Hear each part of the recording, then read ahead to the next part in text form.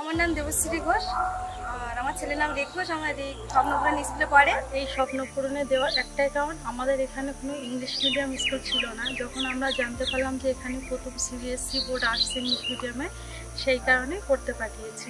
যেভাবে বাড়িতে আগে যেভাবে যে স্কুলে ভর্তি করেছিলাম সেখানকার থেকে এখানে অনেক উন্নতি, অনেক ইংলিশে তো আমাদের গ্রামাঞ্চলে সেভাবে ইংলিশ তো শেখানো যায় না, যার জন্য এখানে ইংলিশটা ভালো জোর আছে বা আমরা বুঝতে পারছি যে ও আগে কি জানতো এখন কি জানতে পারছে সেটাই। Mango, toilet, thank you, welcome, happy birthday, হ্যাঁ না তার অনেক কিছু মনে রাখা যায় না ওর কথা। ও কত কিছু বলে পড়ার মধ্যেই।